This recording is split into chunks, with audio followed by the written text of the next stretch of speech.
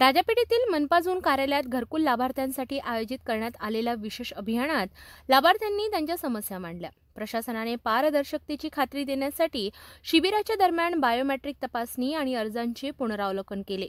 अनेक लाभार्थ्यांनी याचा फायदा घेतला, तसेच अनेक समस्यांचा योग्य निराकरणही यावेळी काढण्यात आले। यावेळी 2 मजली इमारत मालकांना घरकुल लाभ मिळाल्याच्या तक्रारीही उपस्थित झाल्या, परंतु गरीब लाभार्थ्यांना अद्याप घरकुल मिळालेले नाही, यावर प्रशासनाने उत्तर दिले। शिबिर घेण्यात आले आहे, त्याचा काय उद्देश आहे? अमरावती शहरामध्ये अमरावती महानगरपालिकेअंतर्गत जी रमाई आवास योजना आहे, तर त्या योजनेचे जे लाभार्थी आहेत त्याचं साधारणतः या वर्षाकरता 2000 लाभार्थ्यांचं टार्गेट देण्यात आलेलं आहे।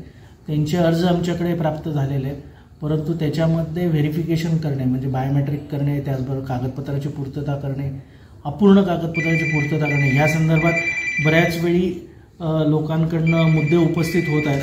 तर त्याकरता एक 2 दिवसीय शिबिर आपण आयोजित केलं, ज्यामध्ये सर्व लाभार्थ्यांनी जे काही अर्ज केलेले आहेत त्या सगळ्यांना मोबाईलद्वारे सूचित करण्यात आलेलं आहे आणि ते तिथे उपस्थित राहून त्यांची आपली कागदपत्रांची पूर्तता तसेच बायोमेट्रिक करतील, ज्यावेळी पूर्णपणे पारदर्शकता त्याच्यामध्ये निर्माण होईल।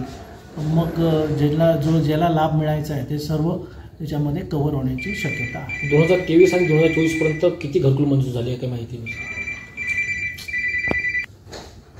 नाही? दरवर्षी शासनाकडनं जे आपल्याला उद्दिष्ट येतं त्याची आपण पूर्तता करतोच आहे, परंतु ह्या वेळेला आपण ते सगळे ऑनलाईनमध्ये घेतलेले आहेत। त्याच्यायोगे लोकांचे अर्ज व्हेरीफाय करणं अतिशय सोपं जात आहे आणि त्यामध्ये कोणाचाही भेदभाव केला जात नाही। ज्याचे अर्ज पहिले येत आहेत आणि जे परिपूर्ण आहेत त्यांना पहिल्यांदा लाभ दिला जातो। लाभार्थ्यांना भेदभाव केला जात असल्याची माहिती आम्हाला तक्रारी सुद्धा आलेल्या आहे। तर ज्यांच्याकडे 3-3 मजली इमारत असेल त्यांना सुद्धा त्या फायदा दिला आहे।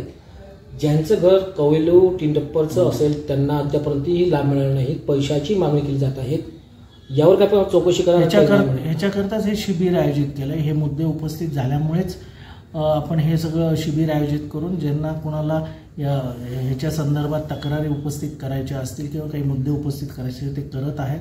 ऑलरेडी त्या शिबिरामध्ये लोकांनी आत्तापर्यंत काही मुद्दे दिलेले आहेत, त्यांची व्हेरिफिकेशन केल्यानंतरच त्याला अंतिमतः सामाजिक न्याय विभागातर्फे ही योजना आहे, तर त्यामार्फत ती योजनेची अंमलबजावणी करण्यात येईल।